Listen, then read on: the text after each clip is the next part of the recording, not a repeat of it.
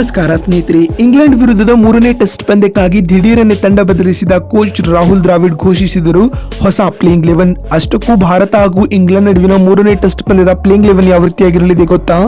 ಇದ್ರ ಬಗ್ಗೆ ಇವತ್ತಿನ ಈ ಒಂದು ವಿಡಿಯೋದಲ್ಲಿ ತಿಳಿಸ್ಕೊಡ್ತಾ ಹೋಗ್ತೀನಿ. ಹಾಗಾಗಿ ದಯವಿಟ್ಟು ಈ ವಿಡಿಯೋವನ್ನ ಕೊನೆವರೆಗೂ ನೋಡಿ ಸ್ನೇಹಿತರೆ. ಅದಕ್ಕಿಂತ ಮುಂಚೆ ನೀವು ಕೂಡ ಟೀಮ್ ಇಂಡಿಯಾದ ಅಭಿಮಾನಿಗಳಾಗಿ ಈ ವಿಡಿಯೋವನ್ನ ನೋಡುತ್ತಿದ್ದರೆ ತಪ್ಪದೆ ಈ ಕೂಡಲೇ ಈ ವಿಡಿಯೋಗೊಂದು ಲೈಕ್ ಮಾಡಿ. ಅದೇ ರೀತಿ ಸ್ನೇಹಿತರೆ, ನಿಮ್ಮ ಪ್ರಕಾರ ಭಾರತ ಹಾಗೂ ಇಂಗ್ಲೆಂಡ್ ನಡುವಿನ 3ನೇ ಟೆಸ್ಟ್ ಪಂದ್ಯದಲ್ಲಿ ಟೀಮ್ ಇಂಡಿಯಾ ತಂಡದ ಪರ ಯಾರು ಶತಕ ಬಾರಿಸುತ್ತಾರೆ ಎನ್ನುವ ನಿಮ್ಮ ಅನಿಸಿಕೆಗಳನ್ನ ಕಾಮೆಂಟ್ ಮಾಡುವ ಮೂಲಕ ತಪ್ಪದೆ ತಿಳಿಸಿ. ಹೌದು ಸ್ನೇಹಿತರೆ, ಈ ಸಮಯದಲ್ಲಿ ಭಾರತೀಯ ಕ್ರಿಕೆಟ್ ತಂಡವು ಇಂಗ್ಲೆಂಡ್ ವಿರುದ್ಧ 5 ಪಂದ್ಯಗಳ ಟೆಸ್ಟ್ ಸರಣಿಯನ್ನ ಆಡುತ್ತಿದೆ. ಈಗಾಗಲೇ ಹೈದರಾಬಾದ್ ನಲ್ಲಿ ನಡೆದ ಮೊದಲ ಟೆಸ್ಟ್ ಪಂದ್ಯವನ್ನ ಟೀಮ್ ಇಂಡಿಯಾವು 28 ರನ್ಗಳಿಂದ ಕಳೆದುಕೊಂಡಿತ್ತು. ಆದರೆ ವೈಜಾಗ್ ನಲ್ಲಿ ನಡೆದ 2ನೇ ಟೆಸ್ಟ್ ಪಂದ್ಯವನ್ನ ರೋಹಿತ್ ಪಡೆಯು ಭರ್ಜರಿಯಾಗಿ 106 ರನ್ಗಳಿಂದ ಗೆದ್ದುಕೊಳ್ಳುವ ಮೂಲಕ ಸರಣಿಯಲ್ಲಿ 1-1 ಅಂತರದ ಸಮಬಲವನ್ನ ಪಡೆದುಕೊಂಡಿದೆ ಸ್ನೇಹಿತರೆ. ಹೀಗಿರುವಾಗ ಇದೀಗ ಉಭಯ ತಂಡಗಳು 3ನೇ ಟೆಸ್ಟ್ ಪಂದ್ಯದ ಮೇಲೆ ಗಮನವನ್ನ ಇಟ್ಟಿವೆ. ಭಾರತ ಹಾಗೂ ಇಂಗ್ಲೆಂಡ್ ನಡುವಿನ 3ನೇ ಟೆಸ್ಟ್ ಪಂದ್ಯವು ಇದೇ ಫೆಬ್ರವರಿ 15ರಿಂದ ಅಂದ್ರೆ ನಾಳೆಯಿಂದ ಆರಂಭಗೊಳ್ಳಲಿದೆ ಸ್ನೇಹಿತರೆ.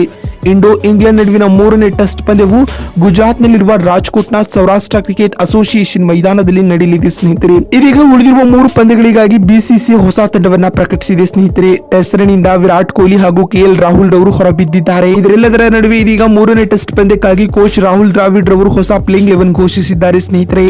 3ನೇ ಟೆಸ್ಟ್ ಪಂದ್ಯದಲ್ಲಿ ಟೀಮ್ ಇಂಡಿಯಾ ತಂಡದ ಪರ ಆರಂಭಿಕರಾಗಿ ರೋಹಿತ್ ಶರ್ಮಾ ಹಾಗೂ ಯಶಸ್ವಿ ಜೈಸ್ವಾಲ್ ಅವರು ಕಾಣಿಸಿಕೊಳ್ಳಲಿದ್ದಾರೆ ಸ್ನೇಹಿತರೆ. ಇವರಿಬ್ಬರು ಟೆಸ್ಟ್ ಕ್ರಿಕೆಟ್ ನಲ್ಲಿ ಟೀಮ್ ಇಂಡಿಯಾಗೆ ಅತ್ಯುತ್ತಮ ಆರಂಭವನ್ನ ಒದಗಿಸಿಕೊಡುತ್ತಿದ್ದಾರೆ. ಇನ್ನು 3ನೇ ಕ್ರಮಾಂಕದಲ್ಲಿ 2ನೇ ಟೆಸ್ಟ್ ಪಂದ್ಯದ ಶತಕ ವೀರರಾದ ಶುಭ್ಮನ್ ಗಿಲ್ ಕಾಣಿಸಿಕೊಳ್ಳಲಿದ್ದಾರೆ ಸ್ನೇಹಿತರೆ. ಇನ್ನು 4ನೇ ಕ್ರಮಾಂಕದಲ್ಲಿ ಕೆಎಲ್ ರಾಹುಲ್ ಅವರು ಟೆಸ್ಟ್ ಸರಣಿಯಿಂದ ಹೊರಬಿದ್ದಿರುವ ಕಾರಣ ಅವರ ಸ್ಥಾನದಲ್ಲಿ ಸರ್ಫರಾಜ್ ಖಾನ್ ಕಾಣಿಸಿಕೊಳ್ಳಲಿದ್ದಾರೆ.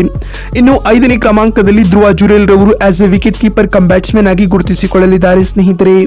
ಇನ್ನು 6ನೇ ಕ್ರಮಾಂಕದಲ್ಲಿ ಕೆಎಸ್ ಭರತ್ ರವರಿಗೆ ಇನ್ನೊಂದು ಅವಕಾಶ ನೀಡಬಹುದು ಸ್ನೇಹಿತರೆ. ಇನ್ನು 7ನೇ ಕ್ರಮಾಂಕದಲ್ಲಿ ಸ್ಟಾರ್ ಆಲ್ರೌಂಡರ್ ಆಗಿರುವ ರವಿಚಂದ್ರನ್ ಅಶ್ವಿನ್ ರವರು ಟೀಮ್ ಇಂಡಿಯಾದ ಪ್ಲೇಯಿಂಗ್ 11 ನಲ್ಲಿ ಕಾಣಿಸಿಕೊಳ್ಳಲಿದ್ದಾರೆ ಸ್ನೇಹಿತರೆ. ಇನ್ನು 8ನೇ ಕ್ರಮಾಂಕದಲ್ಲಿ ಕೇರಂ ಸ್ಪೆಷಲಿಸ್ಟ್ ಬೌಲರ್ ಆಗಿರುವ ರವಿಚಂದ್ರನ್ ಅಶ್ವಿನ್ ಕಾಣಿಸಿಕೊಳ್ಳಲಿದ್ದಾರೆ.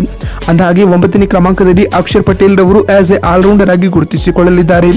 ಇನ್ನು 10ನೇ ಕ್ರಮಾಂಕದಲ್ಲಿ ಕುಲ್ದೀಪ್ ಯಾದವ್ ರವರು ಓರ್ವ ಸ್ಪಿನ್ನರ್ ಆಗಿ ಕಾಣಿಸಿಕೊಳ್ಳಲಿದ್ದಾರೆ.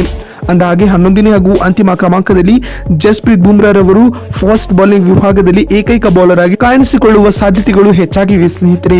ನೋಡಿದ್ರಲ್ಲ ಬಂಧುಗಳೇ, ಭಾರತ ಹಾಗೂ ಇಂಗ್ಲೆಂಡ್ ನಡುವಿನ 3ನೇ ಟೆಸ್ಟ್ ಪಂದ್ಯದ ಪ್ಲೇಯಿಂಗ್ 11 ಯಾವ ರೀತಿಯಾಗಿರಲಿದೆ ಅಂತ ತಿಳಿಸಿಕೊಡುವ ನಮ್ಮ ಈ ಪ್ರಯತ್ನ ನಿಮಗೆ ಇಷ್ಟವಾಗಿದ್ದಲ್ಲಿ ತಪ್ಪದೇ ಈ ಕೂಡಲೇ ಈ ವಿಡಿಯೋಗೊಂದು ಲೈಕ್ ಮಾಡಿ ಸ್ನೇಹಿತರೆ. ಅದೇ ರೀತಿ ಬಂಧುಗಳೇ, ನಿಮ್ಮ ಪ್ರಕಾರ ಭಾರತ ಹಾಗೂ ಇಂಗ್ಲೆಂಡ್ ನಡುವಿನ 3ನೇ ಟೆಸ್ಟ್ ಪಂದ್ಯವನ್ನ ಯಾರು ಗೆಲ್ಲಬಹುದು ಎನ್ನುವ ನಿಮ್ಮ ಅನಿಸಿಕೆ ಹಾಗೂ ಅಭಿಪ್ರಾಯಗಳನ್ನ ತಪ್ಪದೇ ಕಾಮೆಂಟ್ ಮಾಡುವ ಮೂಲಕ ತಿಳಿಸಿ. ಯಾಕಂದ್ರೆ ನಿಮ್ಮ ಒಂದೊಂದು ಕಾಮೆಂಟ್ ಒಂದೊಂದು ಲೈಕ್ ಕೂಡ ಬಹಳ ಮುಖ್ಯ. ವಿಡಿಯೋವನ್ನ ಇಲ್ಲಿವರೆಗೂ ನೋಡಿದ್ದಕ್ಕಾಗಿ ಧನ್ಯವಾದಗಳು. ಮತ್ತೊಂದು ವಿಡಿಯೋದಲ್ಲಿ ಸಿಗ್ತೀನಿ. ಅಲ್ಲಿವರೆಗೂ ನಮಸ್ಕಾರ, ಧನ್ಯವಾದಗಳು ಸ್ನೇಹಿತರೆ.